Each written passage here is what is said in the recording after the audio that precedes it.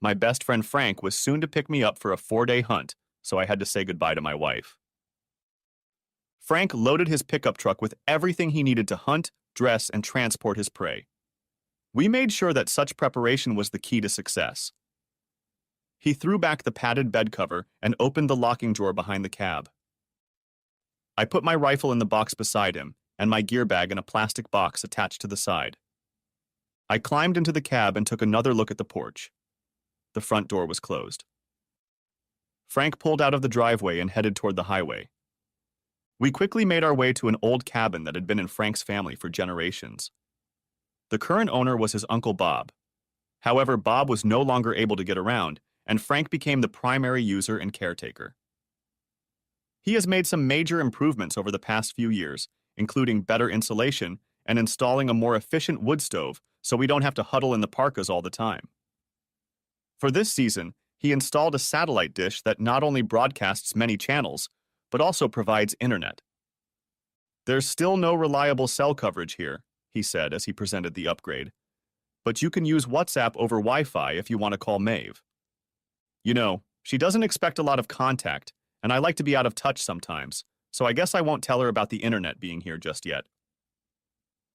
We'd watched SportsCenter over dinner, and now I was reading a John Sandford novel while Frank sat on his laptop. We were both sipping beers, but it was only the second of two for the evening. We weren't stereotypical yahoos, just off on a drunken boys' outing, free of our wives. We actually wanted to test ourselves against nature and hopefully refill our freezers with venison. "Oh, shit," Frank exclaimed. I closed the book, but kept my finger on my finger looking at him. I expected the exclamation to continue, but Frank's eyes were still fixed on the screen. He was clearly reading, scrolling down the page. "Holy double shit," he said. Then he tore his gaze away from the screen and stared at me with a vacant-eyed stare. Then a look of doubt appeared on his face, like maybe he shouldn't have addressed me. I put my finger on the bookmark and asked, "What's up, Frank?" Was he looking at a news site? Had my house burned down or had Maeve been in a car accident? His voice and face dropped. "Oh, shit. You'll have to see for yourself." He turned the laptop 90 degrees so it was facing the empty chair to his right. I rose from the shabby chair, crossed the dining room table, and sat down. I shifted my gaze to the screen, expecting to see a horrifying headline. It wasn't a news site. It was some kind of social networking site. On the screen was a picture of a smiling Maeve. I called her smile evil. I looked up at Frank. "What the hell? What is that?" "Sorry, Matt, but it's a dating site," he replied helplessly. "A dating site?" Shit just didn't fit in his head. "Look," he said, "you know that after Tracy and I broke up, I was in deep shit, and for 6 months or more I just sat around with nothing to do, barely holding a pen. I started checking Tinder and other sites to meet people. Women. Meet women." I looked at him more determinedly. "So, some of these sites kind of skip the dating and go straight to the fun stuff." Frank's voice lightened as he said, "I did manage to get laid a few times, but there are wives on there too." "Wives?" "Well, yes. There are a few wives, and a lot of husbands, who are looking for some fun on the side." I looked at the screen again. Further down the page was another picture of my wife. My gut twitched. "Mav? Hey, Matt, look, let me tell you something. I've found that there's a lot of nonsense and even fraud out there." He nodded toward the laptop. "I've come across fake profiles more than once. Profiles that use a woman's name and image without her knowledge. Maeve could be a victim. I mean, I've never seen her here or on any other site before." I mentally grasped at that straw as I examined the profile more closely. The photos definitely belonged to Maeve, but could they have been hacked from our own computer? The photo with the sly smile looked familiar to me. Then I noticed one detail that stabbed me in the heart. The outfit she was wearing in the second photo. The entire outfit cost almost $100. I knew because I had bought it for her last Christmas. That picture was less than a year old, and I didn't have time to take it. I started reading. "Can you help me with my daddy issues?" And I don't mean sugar daddy. I'm pretty sure my dad has wanted for a long time to, you know, but he hasn't. Yet. But I keep thinking about what it would have been like. Sometimes I think of my dad the way he is now, middle-aged but still hot. Sometimes I think of him as the gorgeous young man I've seen in pictures. I can even imagine a virile retired man still able to give mom more than she can handle, so of course daddy's girl would be happy to help. So no matter what age you are, if you're clean and fit the description, please send a photo and let's meet. I am alone for the long weekend, Friday through Saturday, and would love some intimate daddy-daughter time. Underneath the profile item was a box that read, Current status, closing soon. I looked up and caught Frank's gaze. Daddy issues? What the hell? Look, this might be a good thing.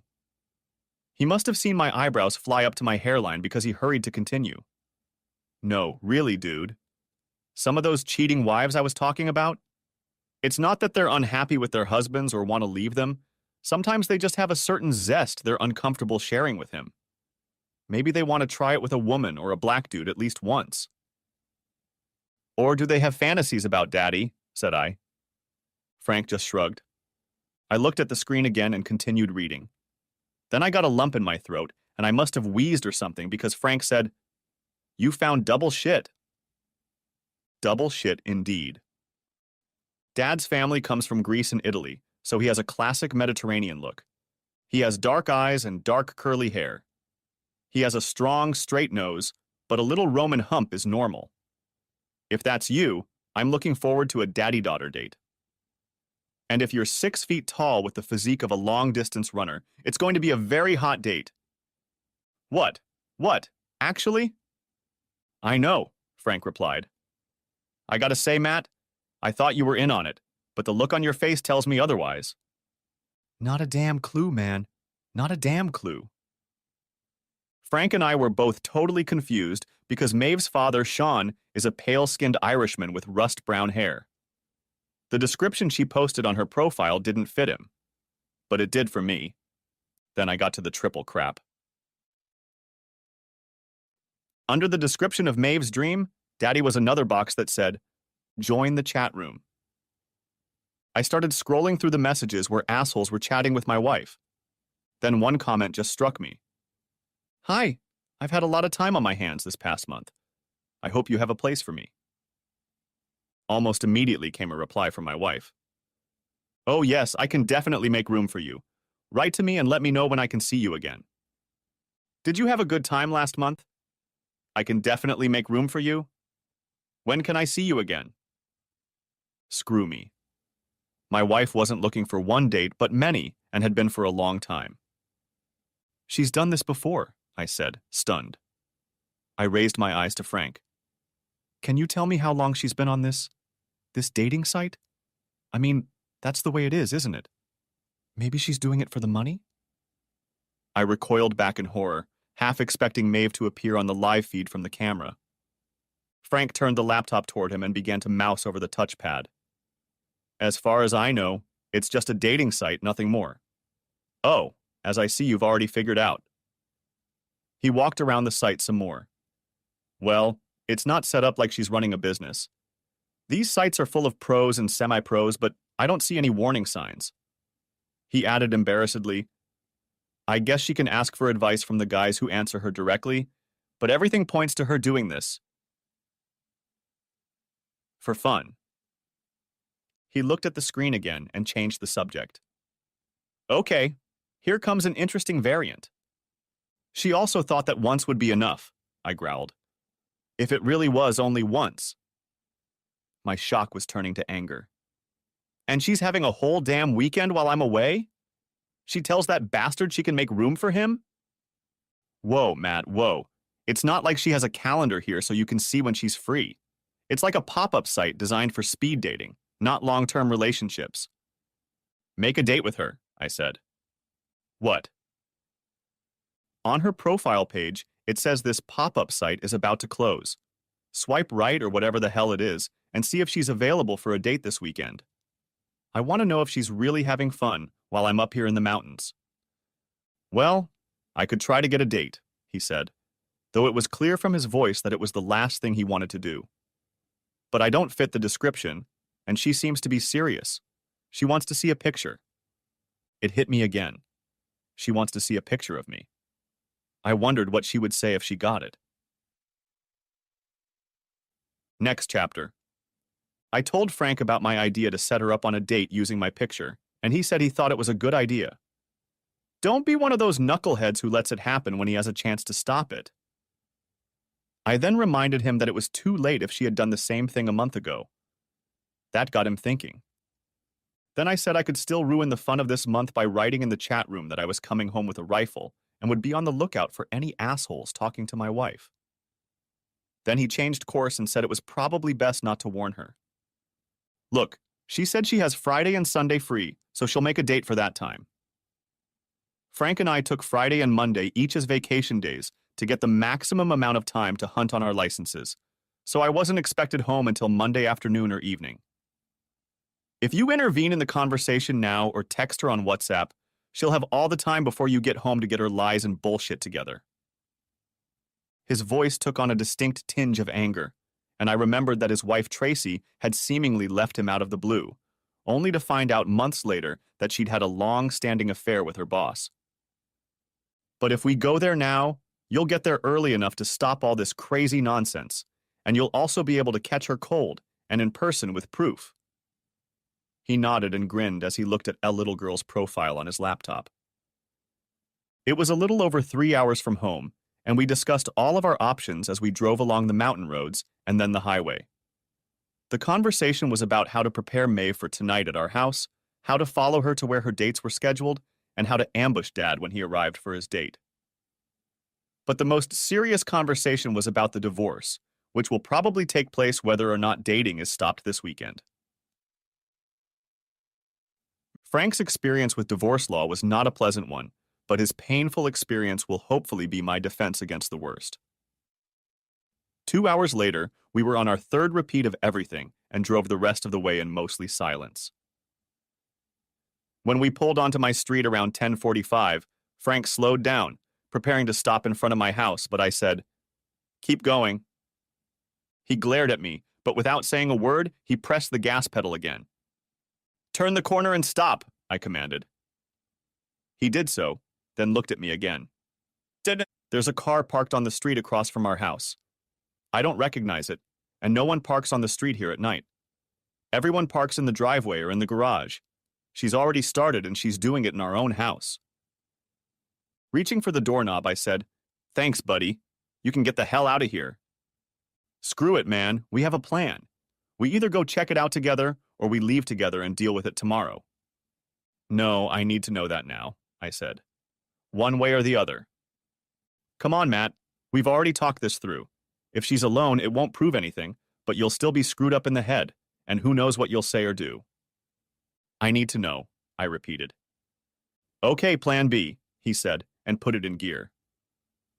Maeve and I live in a quiet neighborhood with a lot of older people, so there's no traffic on the streets at night, and many houses don't have lights on. Frank spoke forcefully as we made our way to the alley that ran behind my house. Whether she's alone or not, we do the same thing. We look around and then we go to my place. My own divorce taught me that this is all very serious. You have to think hard before you pull the trigger. He must have suddenly remembered my Sacco Finlight 308 caliber deer rifle lying in a crate welded to the back of his truck, because he quickly added, "Figuratively speaking, of course." Of course, I thought. Frank parked at the far end of the alley, and we walked in silence toward our house, keeping in the shadows. I lifted the lever on the outside of the alley gate, hoping Maeve had forgotten to lock it after putting out the trash cans for tomorrow's pickup. As usual, she had. The latch opened easily, and we slipped inside, behind the big oak tree. Our bedroom was in the back left corner of the house, that is, right in front, and we could see a faint light behind the curtains. Frank and I moved as quietly as possible, not picking up our feet, just shuffling them forward so we wouldn't hear the crackling of fallen leaves underfoot.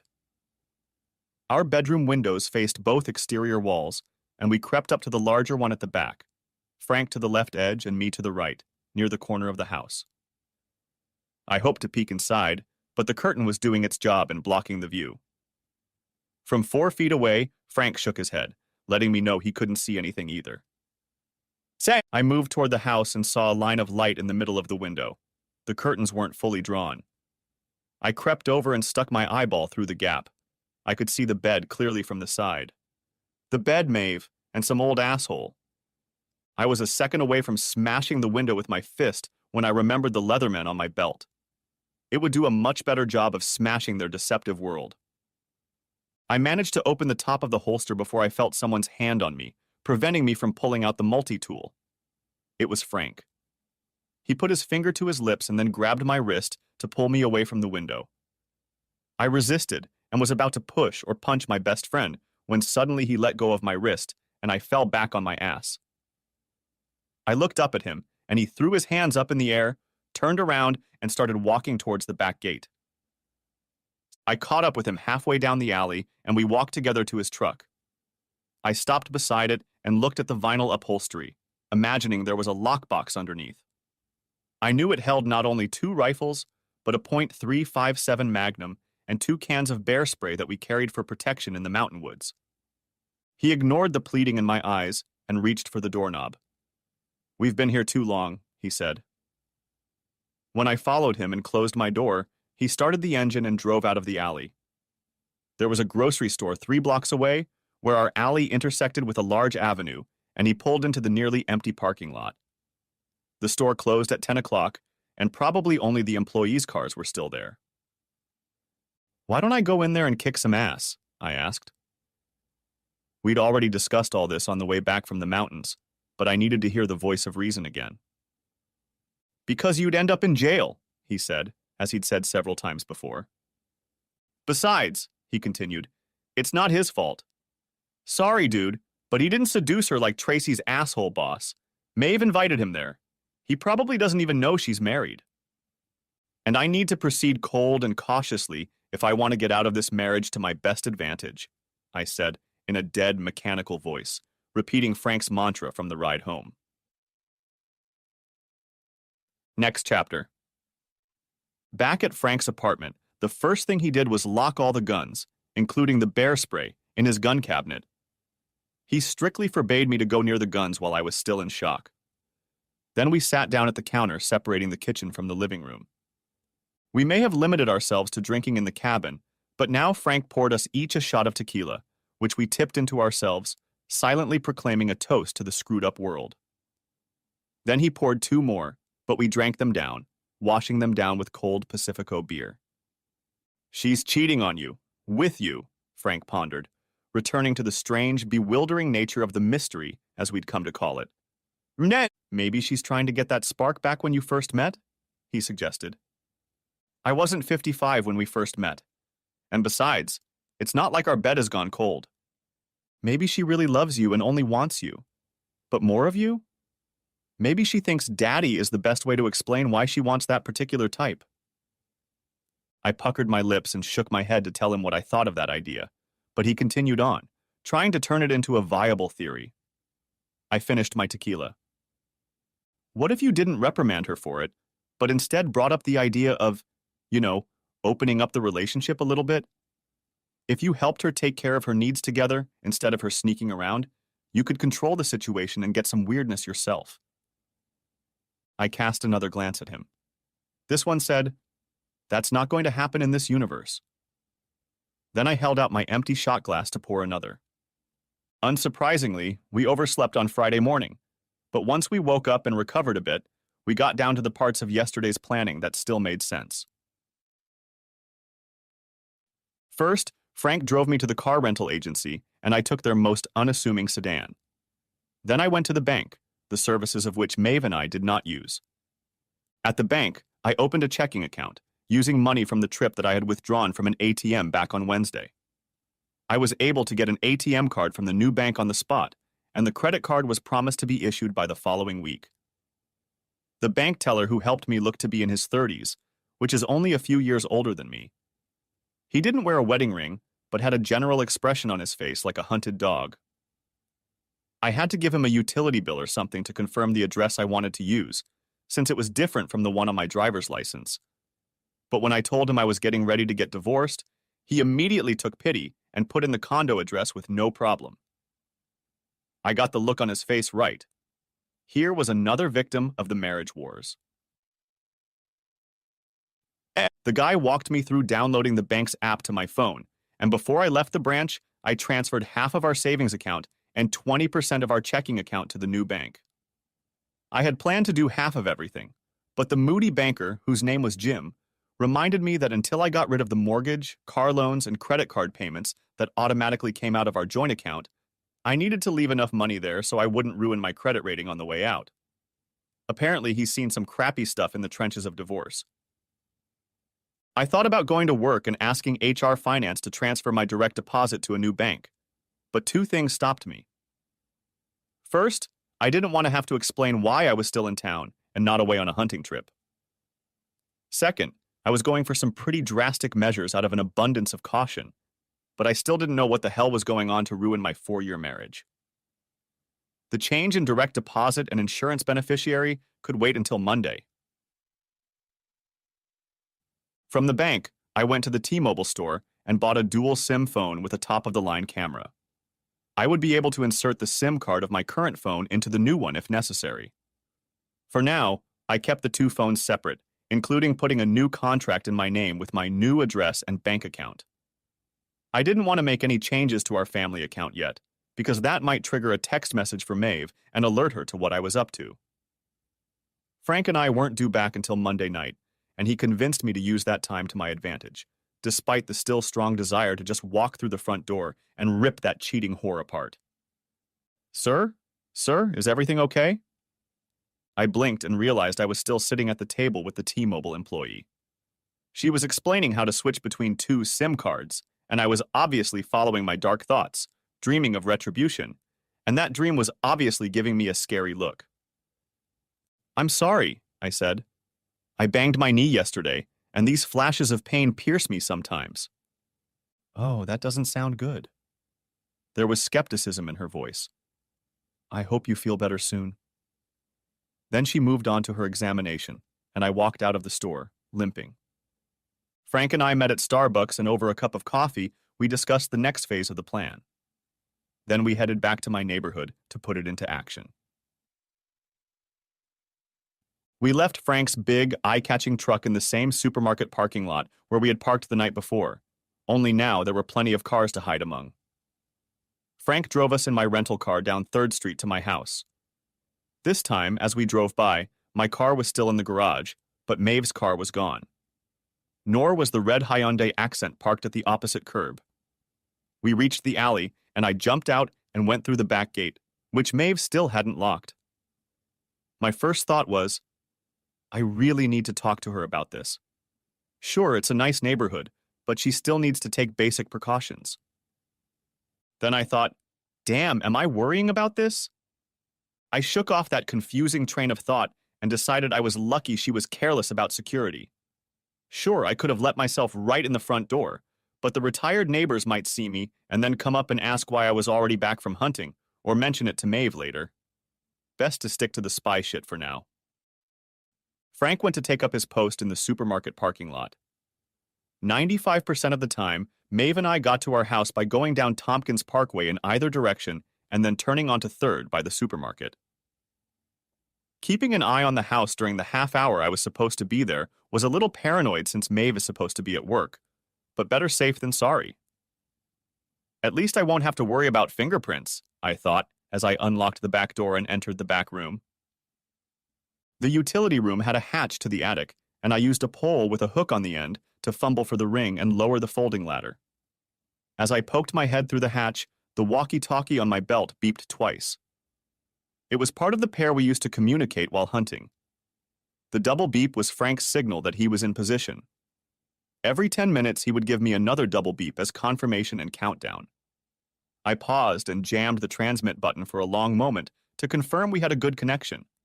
The attic was too generous a name for the storage room under the eaves. I had to crouch and duck to get across. Fortunately, the luggage I was looking for was only a few feet from the trapdoor. I grabbed a canvas gear bag and an old backpack-style briefcase. I had bags downstairs that I liked better, but I wanted to leave as little trace as possible that I had been in the house and taken some things. I closed up the attic, checking for any finger or footprints from attic dust. My next stop was the alcove in the living room that we had turned into a home office. I pulled my passport, social security card, will, birth certificate, and marriage license out of the small safe and put them in a briefcase. The envelope contained $2,000 in cash, and I took half of it. There were also gold coins in there worth about $5,000 at today's prices. I knew the likelihood of Maeve opening the safe was practically zero, but I didn't want to inadvertently call the police if she noticed it missing, so I left them in and only took the purchase receipt. The next double key from Frank informed me that I'd been inside for 10 minutes, so I'd wasted a good amount of time. I moved on to the bedroom. I didn't feel like going to work on Monday in cargo pants, a flannel shirt, and worn Timberlands, so I grabbed a pair of black slacks, 2 dress shirts, 2 ties, some dress socks, and an old pair of black loafers from the far closet. Too few items for Maeve to notice the absence. Now for the hard part. While we were at Starbucks, Frank and I played with my new phone. We finally learned how to take time-lapse pictures and back up our data. Shooting in time-lapse mode meant no sound, but we didn't think it mattered. Watching her having fun would have been unpleasant enough without it also being audible. Besides, we didn't think critical pillow talk would give away Maeve's devious plan. I placed my new phone on a cabinet against one wall, peering into the gap between my baseball cap and straw hat. I took a few test shots until I found a position where the phone was almost hidden, but still captured 80% of the bed. Then I set up a time-lapse and set it in place to capture the evidence of the destruction of my marriage. Before I left the bedroom, I pulled the edge of the curtains on the window where Frank had tried to peek, creating a small gap that would allow peeking from there next time. Of course, I didn't tell Frank about this part of my plan, because he made it clear that peeking was no longer a good idea. And then, as if his ears were blazing, Frank relayed another 10-minute warning to me. I gave him a confirmation signal and then moved into the living room for my final assignment. In another upgrade to his Uncle Bob's hunting cabin, Frank had installed several trail cameras to keep an eye on the game. We had grabbed one of them before we came down the mountain, and now I had mounted it on a tall bookshelf to get shots of the sitting area in the front room. It was motion sensor powered, and with a freshly charged battery and an empty SD card, I was confident it could cover the entire 3-day weekend. I'd have to pull out the SD card later to get the pictures, while the bedroom phone had to upload them to my cloud account every 6 hours. I returned to the alley with 2 minutes to spare and got Frank's last signal, 2 double taps on each other, as I walked into the store parking lot on the opposite side from where he'd parked, eagle-eyedly watching the corner of 3rd Street and Tompkins Parkway. Next chapter.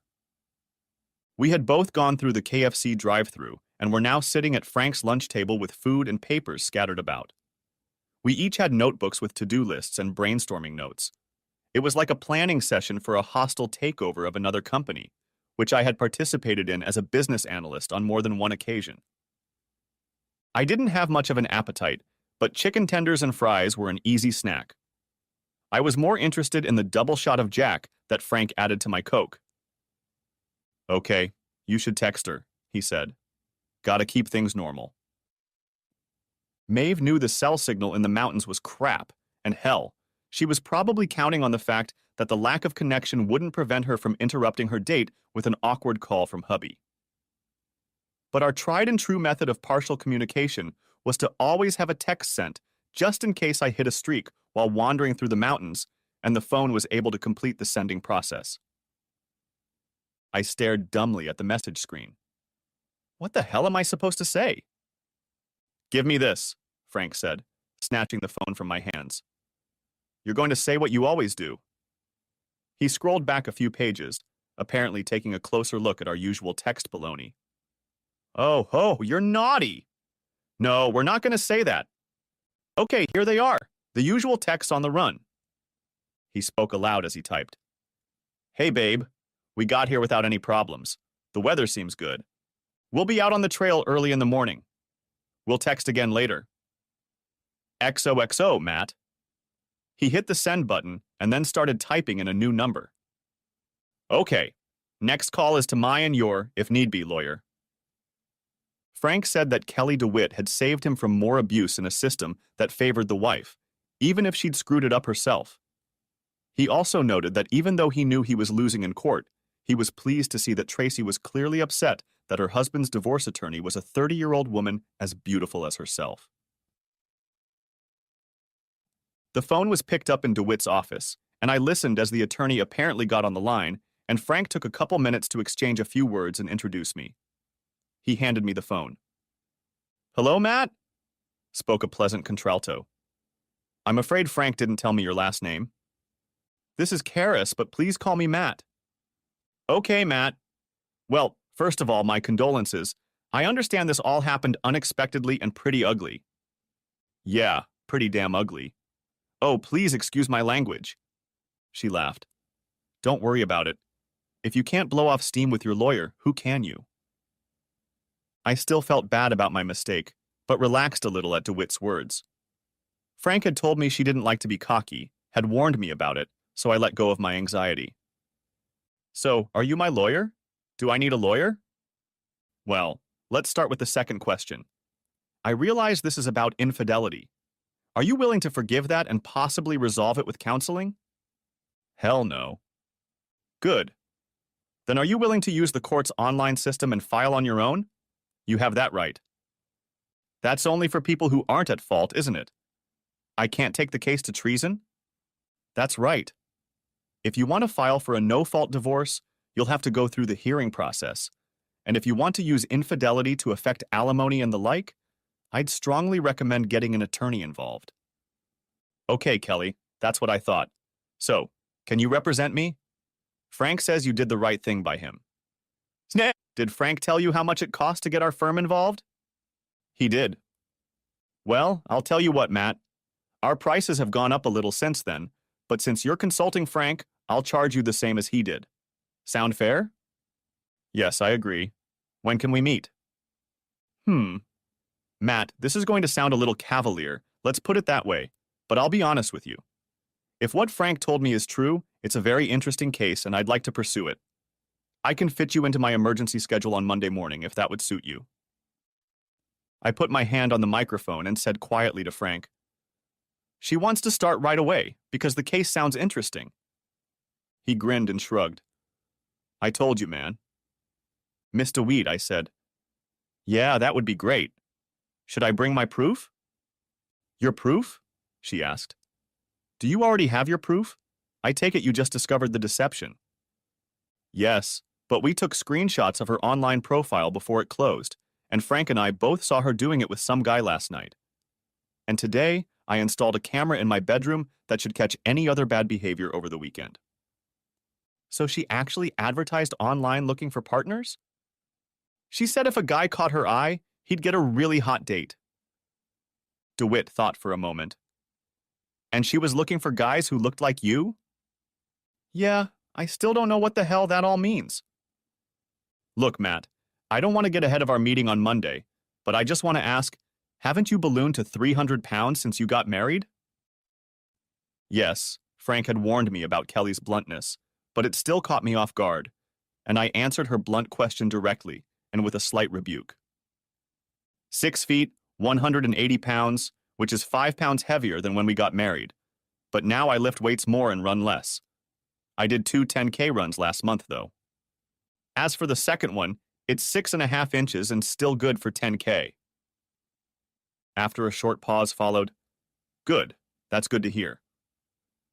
"Okay, Matt, after we hang up, I'll open a secure data transfer site for you and send you the login code. Frank knows the portal address. Go ahead and send me any evidence you have, and I'll review it before we meet. 11 o'clock Monday will be okay with you?" 11 o'clock Monday, yes. I'll see you then." "And Matt?" "Yes?" "Let me add my advice to what Frank told you. Stay away from your wife until we meet. I'd prefer that you don't return to your home either. I only practice family law, not criminal law. Okay?" I paused for a moment. "Okay." After I got a secure code from the lawyer and we sent her screenshots of Maeve's pop-up profile, Frank got busy spying on my phone. My treacherous wife responded to my message almost immediately. Miss you, but hope you're having fun. Happy hunting. Love you, Maeve. Now, my divorce coach was typing the next message to Maeve, letting her know we hadn't gotten a deer yet and were getting ready to crash for the night. Then he took the phone into his home office, opened the safe, stuck his hand with the phone deep inside, and closed the door, pressing it against his forearm. It'll act like a Faraday cage, he explained. I'll press the send button, but the signal will be blocked, so the phone will keep it on. Then I'll turn off the power. You'll wait a couple hours, turn it back on, and it'll be business as usual. Message delayed until the phone finds an errant signal in the mountains. You read too many spy novels, I said. But inside, I was glad he'd helped me. Forgetting that Faraday cage crap, I wouldn't have even remembered to keep sending messages to Maeve, so she'd think I was still in one piece and out of her sight. Frank then told me about all of his financial dealings with the divorce, including how he had to cover the mortgage on the house where his ex-wife still lived and pay spousal support for 3 years, theoretically so that Tracy could get the education and training necessary to find a better job that would allow her to get closer to the standard of living she enjoyed while living on Frank's salary. Unfortunately for him, Frank only found out about the fact that she had been leaving him for almost a year after she had gotten rid of him, and all the court judgments had been rendered. Now, even though she was still regularly copulating with the married bastard, on paper she was living alone, and Frank couldn't argue that she no longer owed her support. I hoped that Maeve's outrageous infidelity would save me from having to fund her whore life as Frank had. We began to apply Frank's hard-won knowledge by doing what people do in such cases. I didn't incur much expense or loss by closing investment accounts and the like, but since I handled most of the family's financial affairs, I had all of Maeve's logins. First, I changed the passwords for those logins. Then, I changed the contact number on all the accounts to my new phone and changed my email address to mine. As with the home safe, I didn't expect her to try to get in there, but when things went belly up, I didn't want her rushing in to grab my money. I canceled our 2 additional joint credit cards, paying them off with a joint check. The only one left was the one she used for everyday spending, and on that one, I lowered the maximum limit. We finally approached the 6-hour mark when I started recording from my new phone in our bedroom. It was time to check out the first data dump to my cloud account. I nearly lost my KFC when I saw what my wife's whore life included. I programmed my new phone to show up every 15 minutes, starting at the beginning of the hour, and take 6 pictures 30 seconds apart to capture the 2.5-minute span. 15 minutes later, the bed was still empty, but it had already been made up. I went back to check, and yes, the pillowcases were different, so Maeve had obviously changed the bedding. There were 11 more groups of pictures. 6 were blank, 5 had 2 other lovers pictured on them. I need to get out of here, I moaned, swallowing bile. Yeah, Frank agreed. Come on, I'll buy you a drink. No, I need to be alone. I don't think that's a good idea, Matt. Damn it, Frank! I need to throw up! I need to cry! I need to be alone, okay? I understand, I really do. But getting caught driving drunk or getting your ass kicked by another asshole isn't going to make anything better. I assured him I'd stay away from both the bars and my house, just get on the highway and drive. He didn't like that, but what could he do? He agreed to send pictures of every daddy to Kelly DeWitt. Before I left, he reminded me to turn my phone on so Maeve would get my last message and so he could check on me. I thanked him again and headed out to break my promise and a half. I did stay away from the booze and got on the highway to drive. However, I only drove 30 minutes north and 30 minutes back to allow dusk to turn into a full, dark night. The supermarket was still open, so I parked among the shoppers' cars and retraced my earlier steps, walking down 2nd Street a couple blocks to Elm, then halfway to 3rd and into the alley that ran behind my house. This time, the trash cans were in the yard, and the back gate was locked. Still, it was only a 6.5-foot high wooden fence. After checking the neighbors to make sure no one was in the yard, I sprawled out and swung over the fence in a second or two. Once I landed, I crouched by the fence, listening to see if there was any disturbing sound. Then, I retraced the steps Frank and I had taken the night before and crossed the yard in a hunter's stride until I hit the back wall of the house.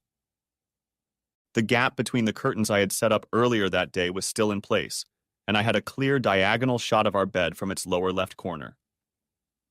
In the last two pictures I'd looked at, the bed was empty and made up, indicating that Maeve was taking a break between dates.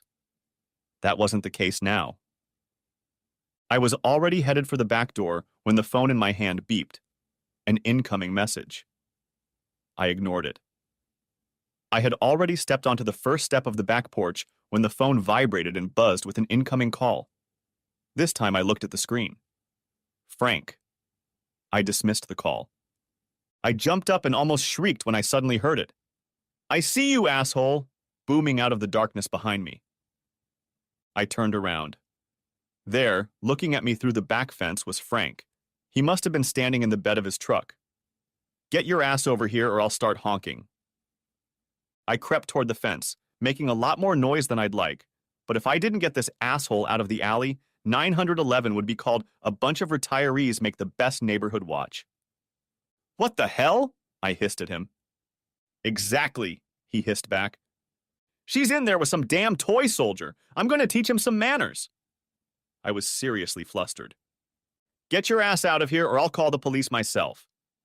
But now, bastard. I had rungs on this side of the fence, so I didn't need to accelerate to get over them. I jumped into the bed of his truck, landing with a good thud, and saw the two back porch lights burning next to my house and across the alley. "Bastard!" We got in the truck, and Frank drove out carefully and quietly, keeping the headlights on until we turned onto the street. We were at a bar on Tompkins Parkway, 2 blocks from the supermarket. We sat in a back booth, and Frank made me drink a shot of Jim Beam and take a long sip of Bud before he let me talk. "I've had enough. She's turned my house into a goddamn whorehouse. I'll never be able to sleep there again, but I'll be damned if I let that disrespect continue." "Okay, then let's stop it." With that, he seriously caught me off guard. "What?" "Give me your phone." He held out his hand. I flipped it open. He went to my contacts list and tapped the top entry. Maeve. When the phone started ringing, he put it on speaker.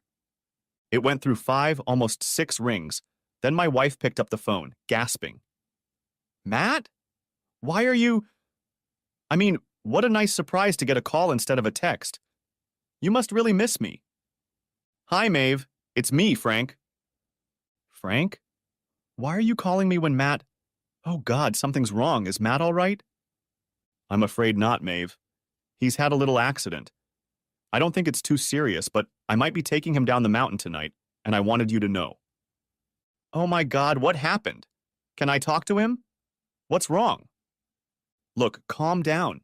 It's not that bad. I didn't mean to scare you because it's not that serious. I don't think it is. But I noticed that we had one of those rare moments when we'd get a good signal up there. You know, some sort of weather phenomena. Anyway, I thought I should take the opportunity to contact you and warn you." "Can I talk to him?" "Well, actually, he's asleep right now. He took a big bump on his head on a tree branch in the dark, put an ice pack on it, and fell asleep." "Hit his head. Do you think he has a concussion?" "Honestly, that's what I'm most afraid of.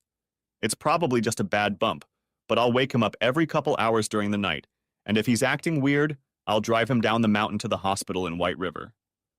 "Oh my God, do I have to drive there?" "No, of course not. Like I said." At this point, Frank just stopped talking, picked up the phone and ran his thumb over the microphone, dropping it under the table. "So there's no reason." "Frank? Frank? I didn't hear the last part of what you said?" Frank stroked the microphone once more. "Lie 1 bar now. Morrow." Then he cut the call off. "Okay," he said to me. "We've stopped it." I laughed for the first time since my world exploded 24 hours ago. "I'm making conversation, right?" said Frank as we walked down 3rd Street toward my house. Yeah, I agreed again. "As long as that asshole doesn't talk non-stop." After I hung up on my cheating wife, I had a sudden urgency to find out if the prank had really worked. Frank was sure Maeve would throw the soldier out of our house and cancel all other dates if she thought I was hurt, but I needed to know for sure. He said, "Whatever the hell is going on, I still think she really loves you," and then held up his hand to stop my obvious angry retort. I know, she's damn good at showing it, but even so. As we walked from the bar to my house, he said he'd driven by my house looking for me and hadn't noticed a single car on the street. He assumed that, except for the first guy who showed up on Thursday, even before her profile closed, she had made all the other visitors park outside the supermarket so as not to arouse suspicion from the neighbors. How considerate of her to spare me that embarrassment, I grinned. Shh, I think that's him. I looked ahead and saw a man walking under a street lamp and heading in our direction. He was dressed in an army uniform and wore a camouflage cap. Frank stood up so that he was between me and the asshole as we passed by. Good evening, he addressed the soldier. The bitch only half grunted through clenched teeth. He didn't look happy. A little girl, all right?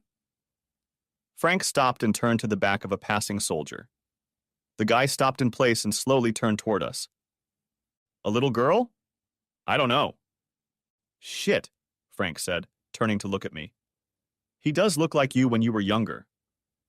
The kid furrowed his eyebrows, and then his eyes widened as he shifted his gaze from Frank to me. Young daddy, meet your real husband, my friend said to the stunned punk. You like married women, don't you? Growled I. Frank took a half step in front of me. Down, boy, he said in a low voice, clearly intending for the guy to hear it. Gee, didn't you notice any pictures that looked like your older brother when you were at that married woman's house? Asked Frank. Now I understood his anger. My buddy had played Mr. Cool for me, but now, faced with an asshole like the one who'd turned him into a cuckold, his long-standing anguish was finally coming to the surface. She said she's divorced, the bastard stammered. Not yet, but soon. My voice continued to sound like the growl of an enraged bear. Oh, shit. Then the guy ran. I caught up to him. He may have been 9 years younger, but I knew I could catch up to him in a block or two, and when I did, I'd walk right down his back. Mened! Frank turned around and stretched his arms out in front of me. No, man, no.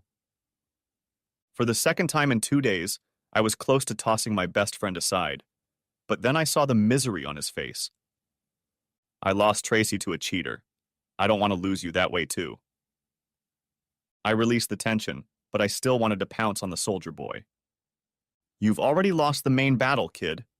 If you go after that shit stain, you'll win a small one, but you'll lose the war.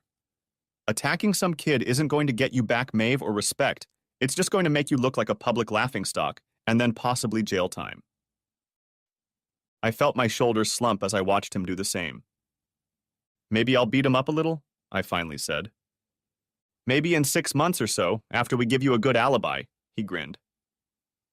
Frank's truck was still parked at the bar, so we sat in my rental car in the store parking lot. Waiting. Yes, Maeve had clearly kicked the soldier out before they consummated the relationship. And yes, I was in agreement with Frank's opinion that we'd managed to pour a bayonet of cold water on all of her cheating. But still, I should have known. Frank was already growing weary of my obsession, but experienced cuckold and friend that he was, he agreed to give me an hour of his time. We spent the first half at the bar, sipping beers in what should have been toy soldier time, and then settled into my car. It paid off. A Nissan Sentra with out-of-state plates pulled into the parking lot, and a guy got out of it but didn't go into the grocery store. Instead, he headed to the corner and looked up to read the street signs. That's how he ended up under the streetlight, and I judged him to be a cousin who looked like me. The asshole traveled a long way to entertain my wife, but judging by the pictures she posted on her profile, it was worth it. He headed up third, and I ran up second as soon as the corner of the grocery store hid me from view. My plan was to make it to Maple, the street behind our house, then circle the block and head back south to our house. Frank was going to give the guy a head start, and then follow him north on 3rd, mainly to prevent me from pouncing on him in the street or finally blowing up in my house following Maeve. I waited in the shade of a big tree at the corner of Maple and 3rd. Don't ask me if it was a maple. The guy walked up the street, stopped to check the house number, and then turned up the driveway to our front door, striding rather briskly. I walked down 2 houses down from my house and hid behind a tree again in the darkness between the streetlights. He rang the doorbell, then took a half step back and struck a pose. The door opened, but only partially, and I saw light pouring out of it, but I couldn't see Maeve. I could hear her voice, but it was too quiet to make out the words. I guessed what it was. Date canceled, when the door closed in Dad's face less than 10 seconds later. The guy stood frozen in place for a few more seconds, then apparently remembered how far he'd traveled to get here and knocked loudly on the door. The door opened again. It must have been on the security chain, and this time I heard her say, "I'm sorry, but it's off. Now please get out of here before I call the police." Then the door slammed shut again, and I heard the distinct click of the deadbolt. This time, I heard the guy as well. "What the hell? Hey, bitch!" He cut short his sarcastic rant when the porch light on the house between us suddenly came on. As the door began to open, he spun on his heels and swiftly strode down our path to the sidewalk. Gotta love curious retirees. Unfortunately, I didn't want them to see me, so I remained seated behind the tree while old Virgil Leonard stuck his head out the door and looked the other way at the man walking down the street. When all was clear, I hurried down 3rd, fighting the almost irresistible urge to walk up and knock on our front door myself. Frank was waiting for me around the corner of Elm, and together we headed back to Tompkins. As we pulled into the supermarket parking lot, we heard tires squealing. Someone was burning rubber driving away from the store. "You shouldn't get angry while driving," Frank said. "Very dangerous," I agreed. Saturday morning, after a restless night's sleep in Frank's guest room, I reviewed the camera footage from the night before and found that Maeve's was even more restless. With nothing new to say, I began preparing photos of Maeve's last 2 encounters to send to my new attorney's data site. "Should I include the video I took through the window?" I asked Frank. "Hell no," he replied. "What you got from the other camera is enough, and it's best if we don't tell Kelly about going into the house." "Do you think that toy soldier shit his pants?" I asked, sending the pictures. Frank grinned. "Wouldn't be surprised." Then he stopped grinning. "I just hope it's enough for him to grow up and stop showing off before he runs into a husband whose gun isn't locked up." Damn, you just ruined my mood. Well, let's send Kelly her alarm call. That should cheer you up. Turning on my phone and scrolling through another dozen messages and missed calls from Maeve, I dialed the message myself. "Hey babe, it's Matt. Sorry Frank scared you, I'm fine. Band-Aids, aspirin, ice, and sleep did the trick. I hate to leave without the deer, so I'll stay as planned. I'll see you Monday night. Love you." I hit send and was just reaching for the light switch when the phone rang. It was my lawyer. "Hey Kelly, didn't expect to hear from you on a Saturday morning." "Hey Matt, I was just checking your website and saw that your new package came in." I covered the microphone and asked Frank, "Should I tell her?" He nodded. "Hey Kelly, I'll put you on speaker and let Frank tell you why Maeve's night ended with a whimper and not an explosion." "Good morning, Kelly," Frank said. "Good morning, Frank. What have you guys been up to?" "Did I influence you badly with my barbs to Tracy?" Frank said, as Kelly kept his mood light by inserting subtle barbs at Tracy in various documents and discussions that hinted at her promiscuity without crossing the line of accusation. "I think you'll like this," he said, and proceeded to tell Kelly about his prank call and subsequent text messages. He didn't go on about how I'd sneaked up behind the house or how we'd accosted a young soldier on the street. "I like that," she said when he was done. "And you're sure she's canceled all the other dates and won't call back when she finds out Matt's okay?" "Wait a second and I'll tell you," I said. "She just responded to my last text." I typed it in and read it. "Screw the deer. Come home. I need you. I love you. Please come home now." "I told you, man," Frank said. "Told him what?" Kelly asked. "That she really loves him, despite all this shit. Kelly, have you ever run into any real nymphomaniacs in your practice? I mean, nymphomaniacs with serious mental disorders who can't control themselves?" And there was silence on the attorney's end of the phone line for a moment, then a hmm, as she obviously pondered the question. I've had clients and spouses of clients with mental health issues, but I think it's possible. And I'm supposed to accept that, I muttered. Forgive her if she claims it wasn't her fault? Kelly, you've seen the pictures. How do you think I can stop seeing them in my mind's eye every time I look at her? I don't think you can, Kelly reassured her. If she is diagnosed with a mental disorder, it will likely affect the type of divorce and how the property is divided. But I don't think any judge will deny you a divorce after she planned everything to meet these men. This conversation forced me to make a decision. Kelly, how quickly can you file the papers? I can't live with this woman anymore. Yeah, I can see that, she said. Look, Matt, I have a couple ideas, and we'll probably have to meet with her and her lawyer before we decide which trigger to pull. But I'll have something ready for us to discuss on Monday, okay? Okay. But what am I going to tell her Monday night when I don't come home? You won't tell her anything. I'll be the one to tell her. So what am I supposed to do now? I asked. I've read the list of your actions you attached to the first data transmission, and I think you've got it all covered. Anything else could backfire on the judge. So sit tight, be patient, and don't step on your own beak. Frank grinned and said, I'll tell you, Kelly, I'm doing everything in my power to keep him from doing that, but he keeps trying.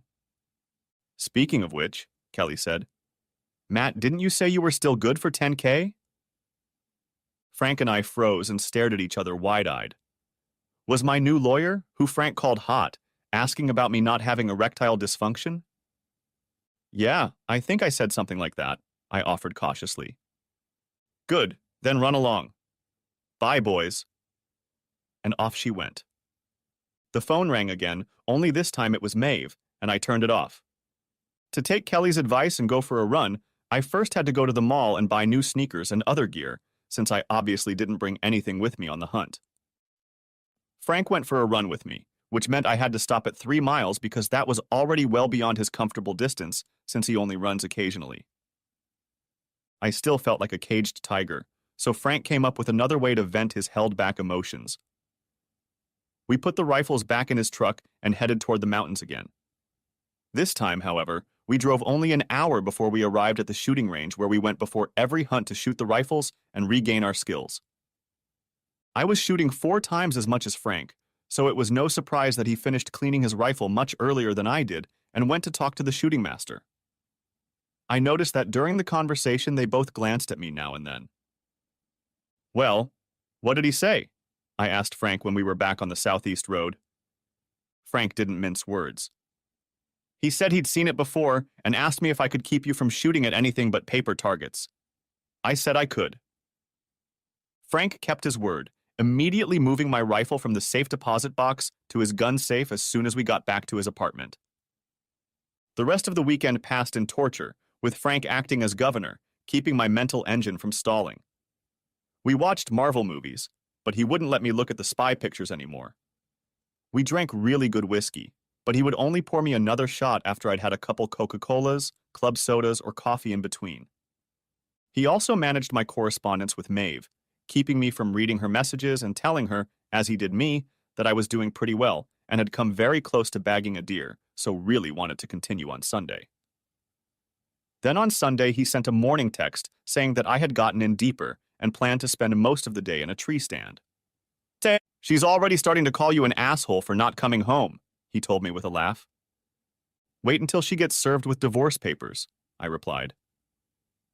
I guess some petty part of me had to be enjoying the payback, but mostly I was just so damn miserable. I loved this woman, and I'd never had any reason to think she didn't love me just as much. Maybe she really did have some kind of mental breakdown that made her love me so much that she had to hire doppelgangers to keep entertaining me over and over again? I wondered if I would need the same therapy she did.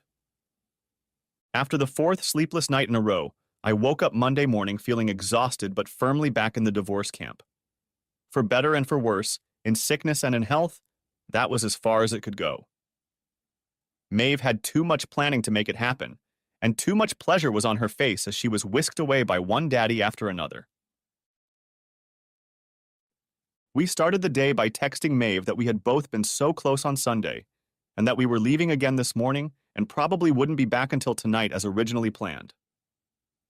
I apologized again for freaking out on Friday, but she has to believe me when I say I'm fine. I said this from the parking lot of the supermarket near our house, and her response followed quickly. You let me suffer in fear all weekend, and you still can't give up that damn deer to come back early?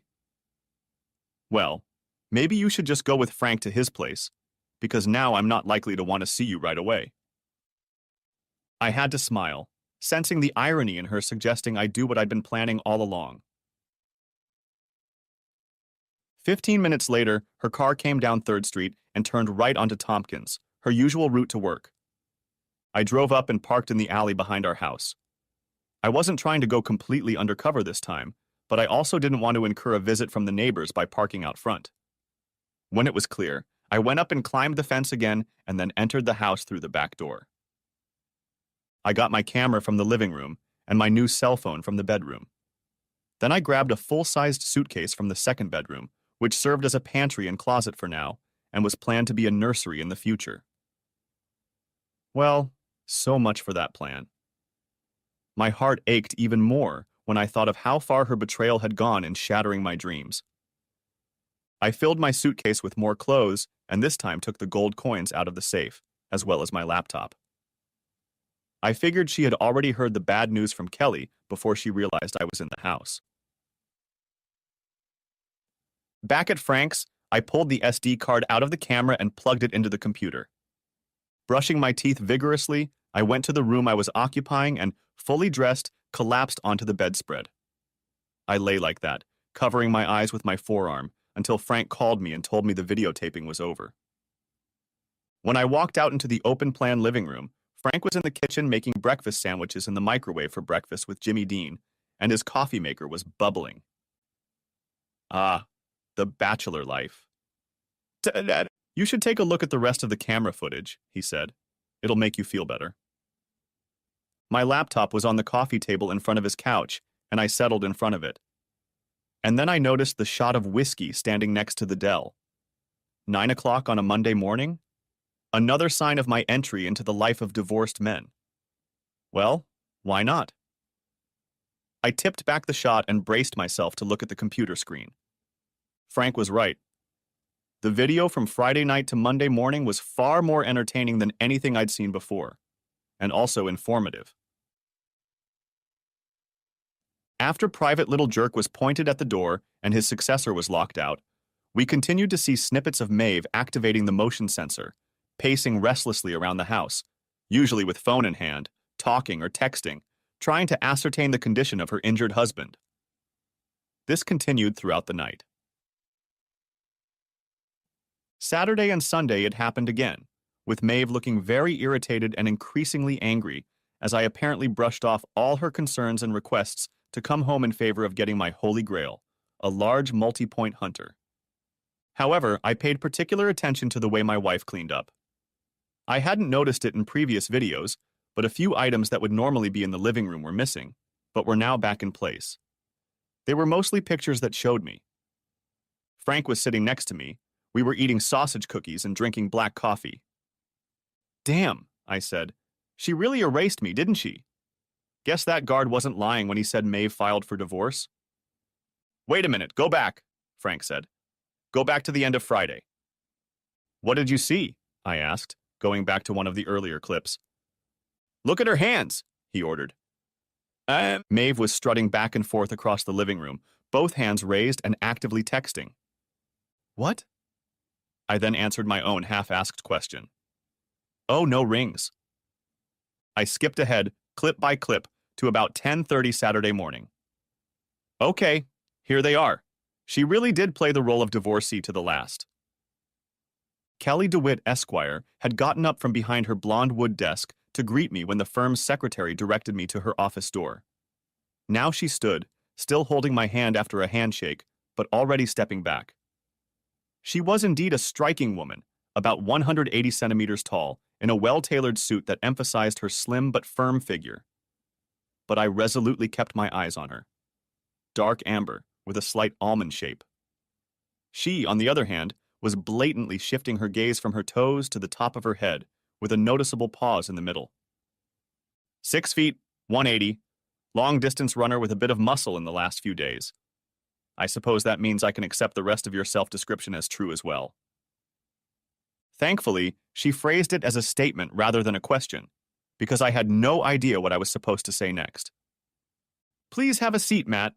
I'm sure it's been a rough weekend. How are you doing? Hard, that's for sure. Anything new from Maeve?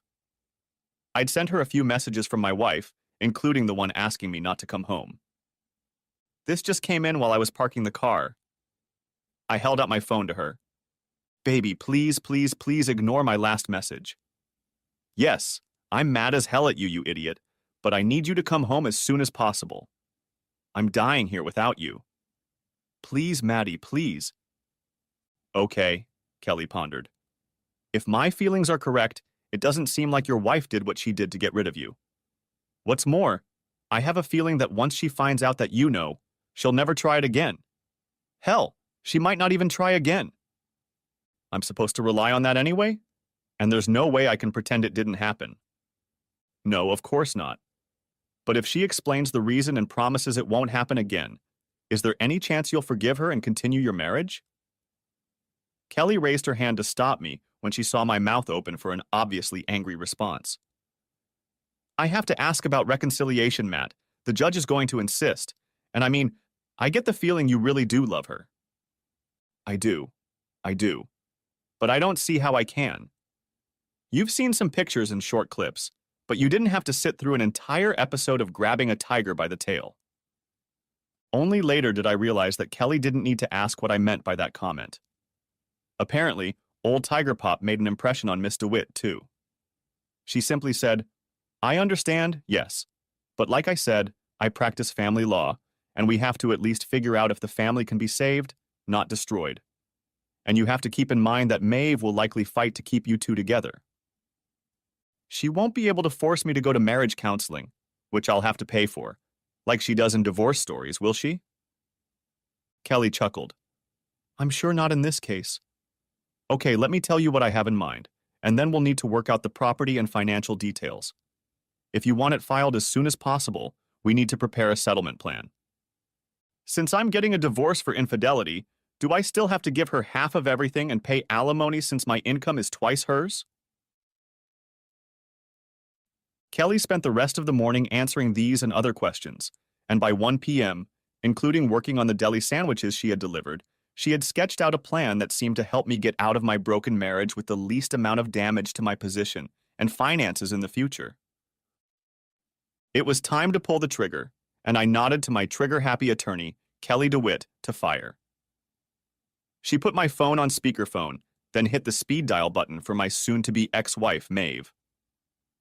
The call was answered before the first ring ended. Maddie, where are you? Are you coming home? Are you okay? What the hell are you playing at, asshole? Oh God, baby, I need you. Where are you? Mrs. Karras! Kelly almost screamed to stop Maeve's rant. What? Who? Who is that? Oh my God! She screamed. Where's Matt? What happened to Matt? Mrs. Karras, my lawyer said even louder. Obviously, using my phone to call my wife wasn't the best plan. We were just afraid she'd ignore any incoming call not from me or Frank. Mr. Karras, Matthias, is fine. He wasn't hurt at all, he's fine. Fine? But Frank said, who are you and why are you calling me on Matt's phone? Are you sure? Mrs. Karras. Mr. Karras gave me his phone to contact you because he wanted to be sure you'd answer the phone. I assure you he's doing fine.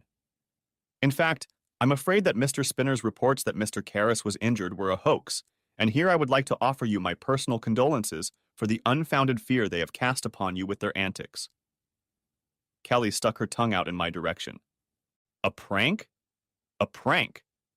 What the hell is going on? I'll ask again.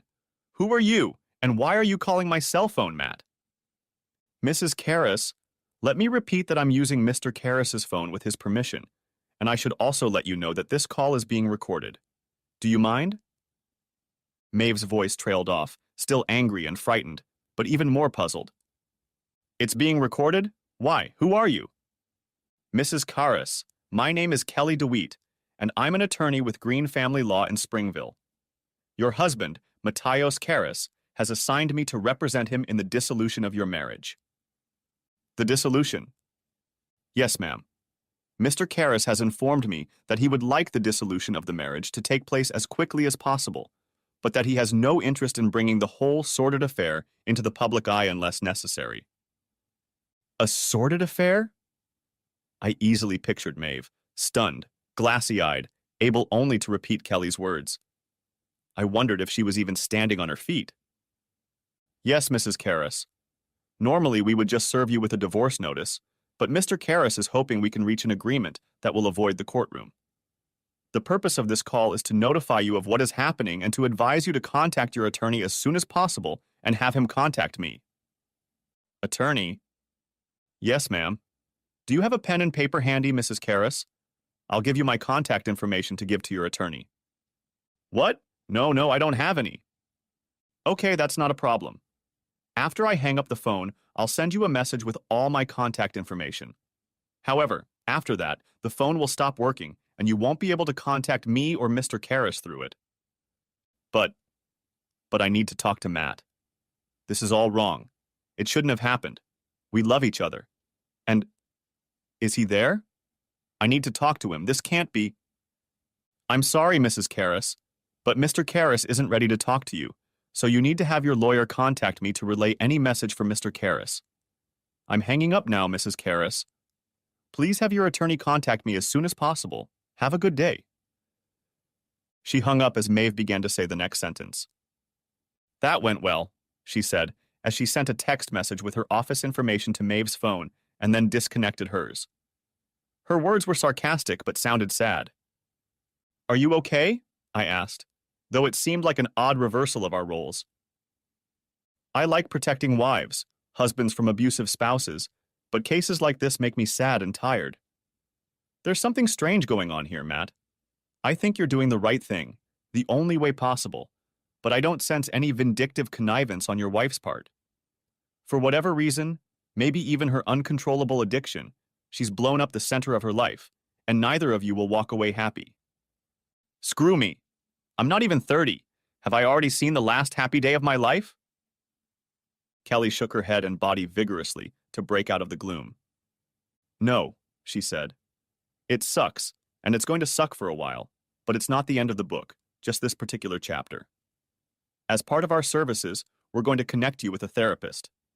If you take counseling seriously and follow the advice you get, you'll come out of this much faster, so I hope you do. Ask Frank. I know he won't mind if I tell you that he waited too long to use these services, and it cost him a lot of wasted time and unnecessary pain. Yeah, it cost, Frank confirmed a few hours later, as we ate chicken wings and chilled shrimp and Bloody Marys at happy hour at a downtown sports bar aimed at office yuppies. I brushed it off as a bunch of psychological nonsense that a real man doesn't need, but I just ended up wallowing in my own shit like a clogged toilet bowl. You talked to me for a while, and you could have talked to me more, I said, trying not to imagine his latest metaphor. I know you had my back, but honestly, it hurt more than it helped. At least until I got outside counseling. But why? I asked. His face crinkled. Because of you and Maeve. You were so happy. You seemed so perfect, and it made me grieve even more for what I'd lost. Especially when I realized that I had been living a lie for so long, unaware of anything. I didn't know what to say and just sipped my drink. Then, after I went to see Kelly's therapist, I was finally able to start looking at you two as a sign of hope for the future instead of a reminder of the past. His voice trailed off. And it all turned out to be another lie, I said. Screw me, he muttered. Screw me, I repeated and held out my glass for a toast. We clinked quietly and drank deeply. Hey, Matt, have a seat, Kelly DeWitt said to me for the second time in 2 days. This time, we were in a small conference room, and there were several papers spread out on a table that could seat 6 people. It was 3 o'clock Tuesday afternoon, but I wasn't at work because, having gone in the day before to change my direct deposit information and family contacts and beneficiaries, I had consulted with my manager, who had given me the day off today and allowed me to take the rest of the week off if I needed to. I spent the day mostly at Frank's house, doing apartment searches for the move. I certainly wasn't going to live in my ruined house again. We'd have to sell it if Maeve didn't want to buy me out. I'd run 5 miles this morning and another 3 in the hour before I met Kelly. I hoped the mix of endorphins and fatigue would help keep me calm during what I expected would be a test of my emotions. When she called me to set up an appointment, Kelly said she had talked to Maeve this morning and that my wife had explained the whole fiasco with Dad to her. Kelly said I really needed to hear it in person. It was too weird for a phone conversation. When the receptionist ushered me into the conference room instead of Kelly's office, my gut clenched, and I half expected to see Maeve and her lawyer sitting there, waiting in ambush for me. I must have exhaled rather loudly because Kelly laughed lightly, waving her hand toward the room as if to demonstrate that it was empty. No, just the two of us, she said. Just needed some space to work, that's all. When I sat down at a table in the corner away from her, she added, although Maeve herself begged me to be here to tell you all this.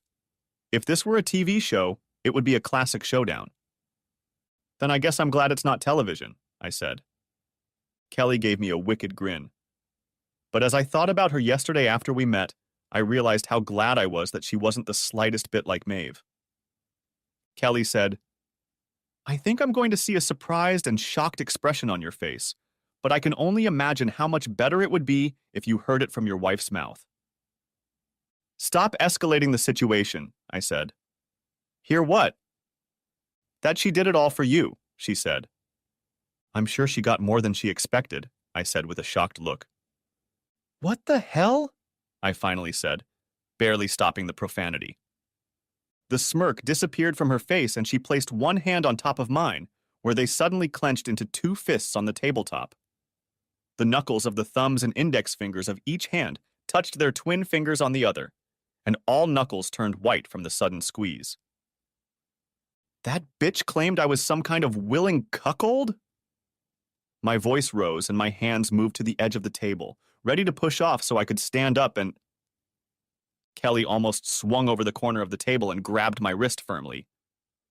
No. Oh God, Matt, no, I'm sorry, I screwed up again. I half relaxed in my chair and stared at her. I acted like a wise ass again. I didn't even think you'd take it that way. I'm really sorry. I relaxed even more and shook my head questioningly. She let go of my wrist and straightened up in her chair.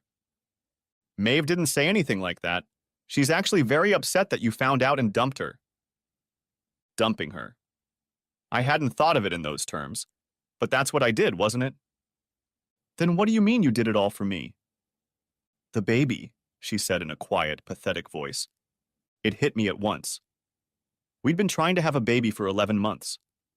Finding some guy like me to get her pregnant, since I hadn't quite pulled it off yet. I knew she really wanted a baby. Hell, we both did. But I didn't realize she wanted it so desperately that she went to such crazy measures. She was doing this to get pregnant? I asked, looking for confirmation of my outrageous conclusion. Yes, Kelly replied. Here, you need to take a look at this. She pushed a few pages toward me. It was a lab report from some medical center, dated 3 months ago. I didn't see my name or Maeve's name in it, but I recognized the name of her gynecologist as the doctor who'd made the request. It took me a couple of minutes, but I finally figured out that Dr. Wellborn had provided 2 samples from patient 25473, and in both, according to the attached chart, the counts were well below normal. Am I patient 25473? I asked. Kelly nodded. But how did she get the samples? For the first time in our short relationship, I saw embarrassment on Kelly DeWitt's face. She actually secretly took samples for analysis when I failed to get her pregnant after 6 months of trying. I said it as a statement, not a question, but Kelly nodded anyway. After she got the test results, instead of talking to me about it, she recruited guys who looked like me as donors and decided to accept their donations the good old-fashioned way. Kelly said, She said that your health insurance didn't cover art or assisted reproductive technology, which can be pretty expensive, and that you had already dug deep into your savings last year to buy the house where you hope to start your family. I closed my eyes and leaned forward until my forehead hit the desk with a dull thud. Next chapter. Oh, shit, I exclaimed, lifting my head off the table. I began tapping my fingertip diligently on the birth report. That means I won't have to pay child support if her plan works, right? Kelly's face grew even sadder. You'll still have to get tested since you're low, but not zero, she said. But it probably won't be necessary. Why not? What's wrong? My stomach clenched into a knot. After Maeve and I talked this morning and she realized she'd been exposed and you're threatening her with divorce over it, she went to see her OB-GYN. This Dr. Wellborn gave her the morning after pill for emergency contraception. But today is not the morning after, I said. She was with her first boyfriend Thursday night. She asked Dr. Wellborn to call me to confirm that this was true, and the doctor confirmed it. I didn't know how to feel about it. Maeve had made an insane effort to conceive a child, but now that she knew I wouldn't become an ignorant cuckold and raise someone else's offspring as my own, she was literally erasing the mistake. It was all so damn sad. Then came the next belated realization. She did this to me just before I left for my hunting trip on Thursday. She was clearly preparing me to get her pregnant. She probably would have jumped me again as soon as I got home to reinforce the idea that I was with her while ovulating. She took all those guys with her bare hands and would have done the same thing to me on Monday. God only knows what diseases she picked up. The lawyer returned her right hand to her left. I'd always thought a lawyer held a client's hand figuratively, but I appreciated the gentle warmth of her smooth palm on the back of my hand. Unfortunately, such sordid details are a big part of this business, she reassured me. And the fact that STDs are passed from one spouse to another is something we think about all the time. First, to keep our clients safe, and second, from a cold point of view, they can play a role in tilting any settlement in our client's favor. But apparently Maeve was thinking about that too when she made the appointment. Matt, yesterday after our meeting, I reviewed the security footage you gave me on that flash drive and noticed a strange detail at the beginning of several of her visits. I reasoned that the guy was new to her, or they'd already hooked up that time she'd apparently done it a month ago. Oh shit, I muttered.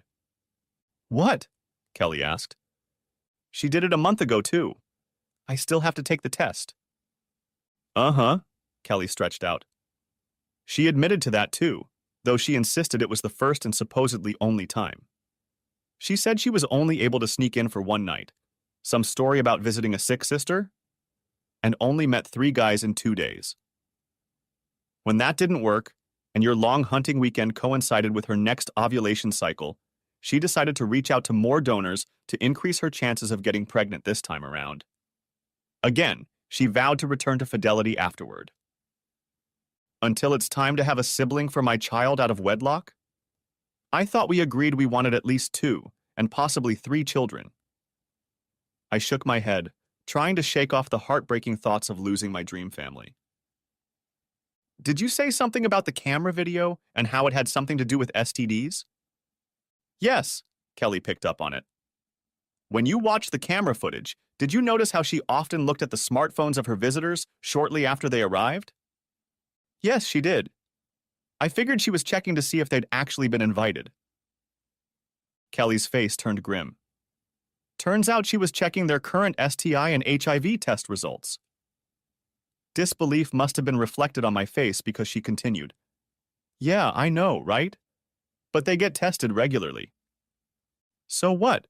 I asked a frozen Frank after recounting to him all of Maeve's maneuvers that night over pizza and beer. You do that? Do you take tests regularly and carry the results with you on your phone? Well, actually, yes, I do. I also always go wrapped up, but I carry the labs with me. You actually go into the lab while your new friend is watching you and look up your latest results online. That way you can be sure it's not a fake health certificate in front of you. And if I ever start dating again, I'll probably have to do that nonsense too. When you start dating again, he emphasized. But yeah, I'd recommend it, man. I gotta say, he continued, I'm surprised Maeve's lawyer let her spill so many details early in the negotiations. Well, that's because she doesn't have a lawyer yet. Kelly apparently discovered her in front of her office this morning and insisted on talking to her right away. Kelly again advised her to get a lawyer, but Maeve was convinced that once I knew the truth about her actions, I would call off the divorce and lawyers would no longer be needed. And how did that work out? He asked wryly. Kelly said that almost to the very end of their meeting, Maeve talked as if she thought her whole plan made so much sense and actually showed how much she loved me that I was coming home to her tonight. In response, Frank offered me another beer as we sat in the kitchen of his apartment, where I expected to stay until I decided if I could even continue to live in the same town as Maeve, let alone in the same house. A week and a half later, I was sitting in the same conference room at the Green family law office. This time, however, Kelly and I were sitting side by side on one long side of the table, and Maeve and her attorney were on the other. "Mr. Karras, Miss DeWitt," the balding man said, placing his hand on the stack of papers on the table in front of him. "I'm afraid we have two problems. First, Mrs. Karras remains determined to maintain her marriage to Mr. Karras." He paused and quickly moved his other hand over Maeve's arm as she tensed, as if about to start professing her love to me again, or throwing herself across the table to receive the hug I'd refused when they'd first entered.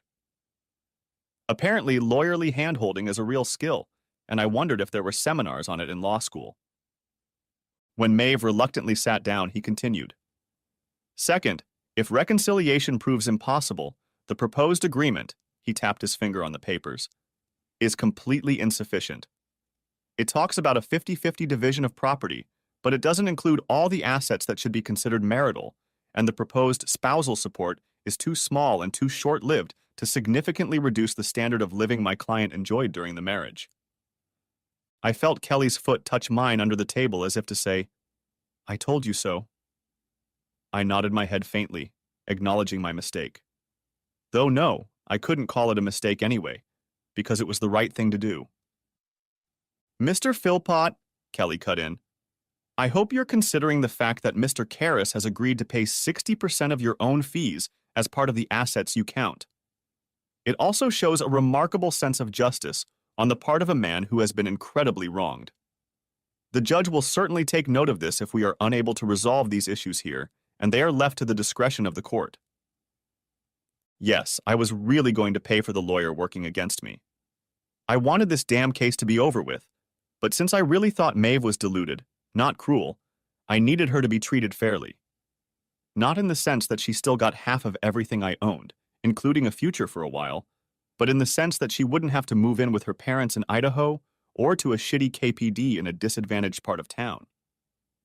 But she still insisted that she didn't need a lawyer because we shouldn't get divorced, and even if she changed her mind, with her salary the best she could afford was some ambulance chaser doing divorces on the side, or some kid fresh out of law school.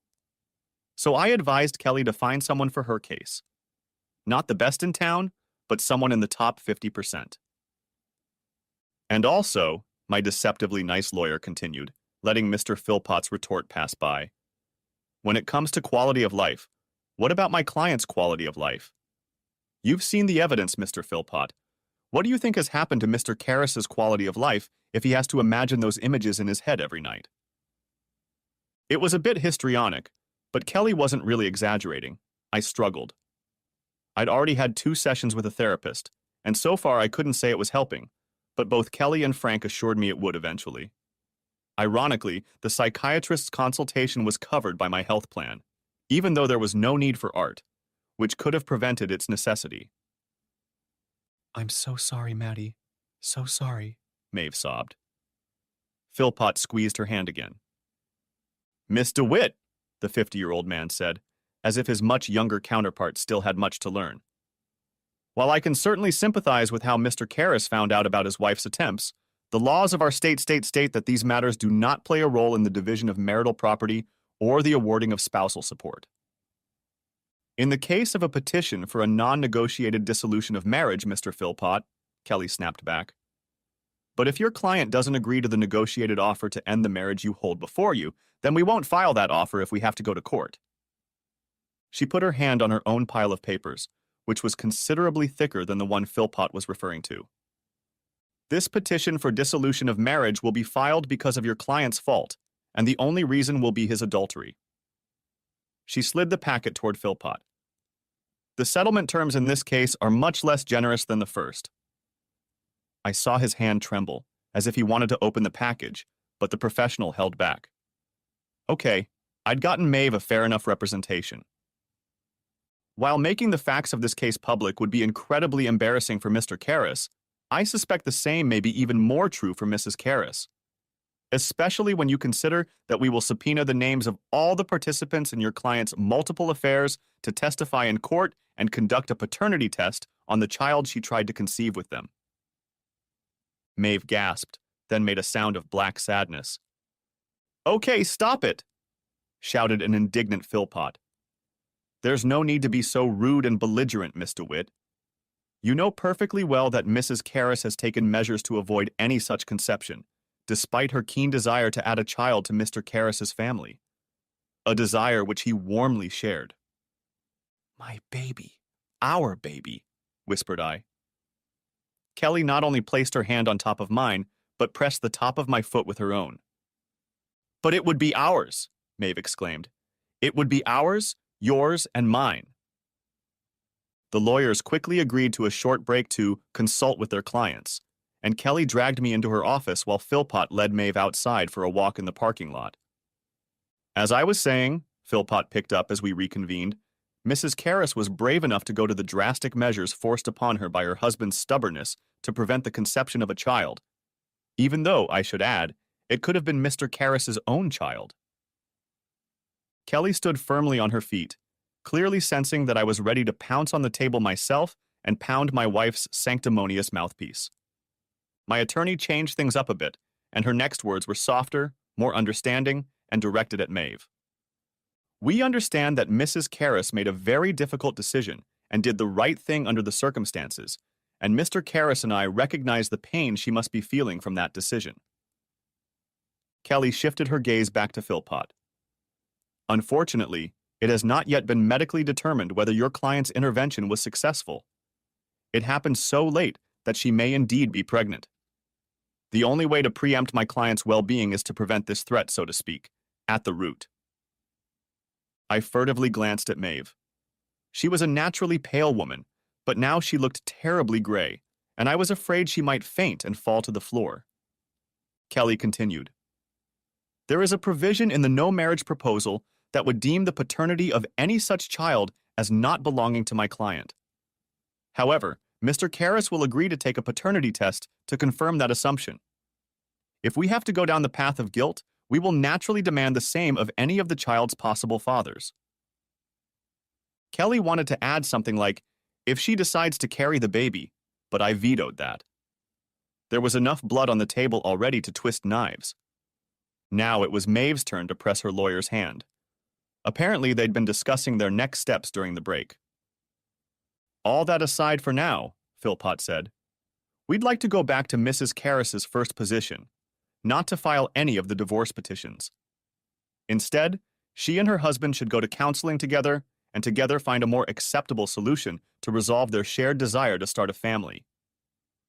Damn legal dictionary. Damn lawyers. Why couldn't she have done this from the beginning? I almost howled. Why not just tell me that instead of turning into a lecherous whore? Mr. Karras. Matt. The three voices sounded over each other before I slammed my fist on the table. I stared at the wooden surface and slowly said through clenched teeth. I'm already in counseling, I said. My therapist says the why question is like a funnel, and I can't heal until it fills up, or at least stops growing further. He suggested that I ask Maeve to join us for one of our sessions in the future to address this issue. But now here we are, and I need to know. Why did you choose to bring strangers into our bed instead of just telling me about a medical problem we were supposed to be dealing with? My client didn't, Philpott started to say, but Maeve interrupted him. I didn't want to hurt you by telling you that you can't give me a baby. It's just that you're so into your physicality, and I didn't want you to think you weren't that kind of man, insisted Maeve. Oh my God. Am I really such a big asshole? I asked, wondering if I was so unaware of myself that I'd never noticed such a glaring character flaw in myself. No, she repeated. I say all this wrong. She took a breath and exhaled. If we could afford IVF, I'd tell you. But we would have had to either go into debt or wait a few years for the money to come in, and we really wanted to start a family now. So it was just an exercise for you with the donor. It wasn't about breaking out of the monotony of marriage by being with other men. Exactly, exclaimed Maeve. Oh God, why would I ever want to run anywhere? So you haven't been enjoying yourself? She flinched at this word, but continued discreetly. Don't you see? Yes, I called them folders on my page, but they were really all you, weren't they? Any memories I had were connected to you. Like in Multiverse in those comic book movies you love. I could add the memories of doing it with you, younger or older, to the wonderful memories I have of doing it with you now. And when you thought back to those encounters, perhaps feeding the child that one of those alternate selves had put inside you, you always thought of your real self? She couldn't resist another grimace at my barbed words, but continued, Yes, always about you. I turned my head and looked determinedly at Attorney DeWitt.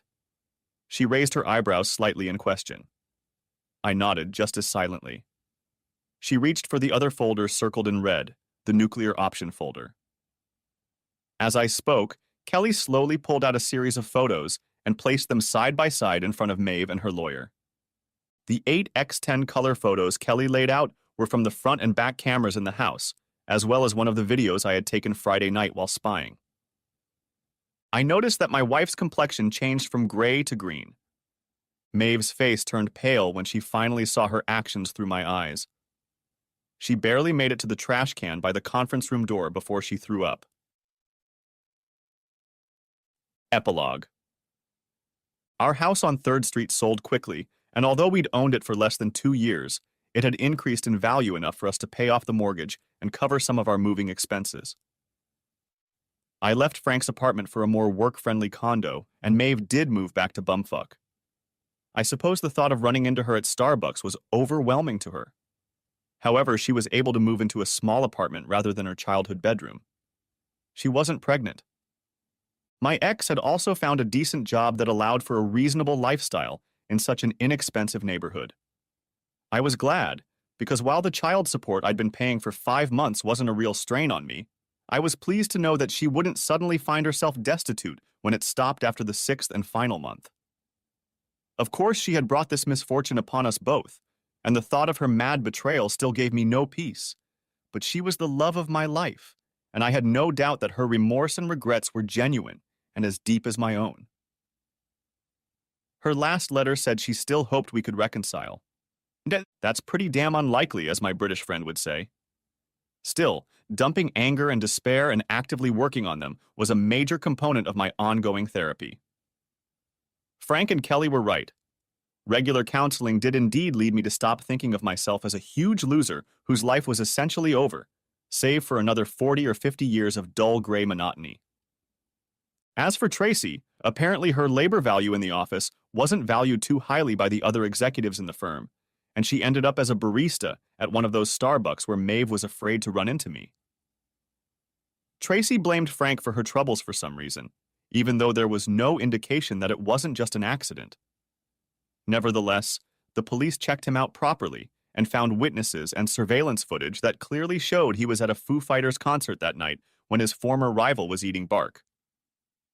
So, what does the future hold for me once I'm on the road to recovery? Well, after the last amount of spousal support is paid, I will have fulfilled all of my obligations in the divorce proceedings, and Kelly DeWitt will no longer be my acting attorney. When she found out that I went to an art exhibit opening and was happy about it, she said she wished our first date had been at the gallery too. Thanks for watching, I hope you enjoyed it, so subscribe to my channel and watch the next video.